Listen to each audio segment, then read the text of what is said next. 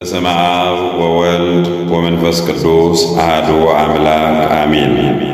ቤተ መቅደስ ከፍ ለማድረግ ለምትሠራ ሰውነት ሁሉ ሰላምን እሰጣለሁ።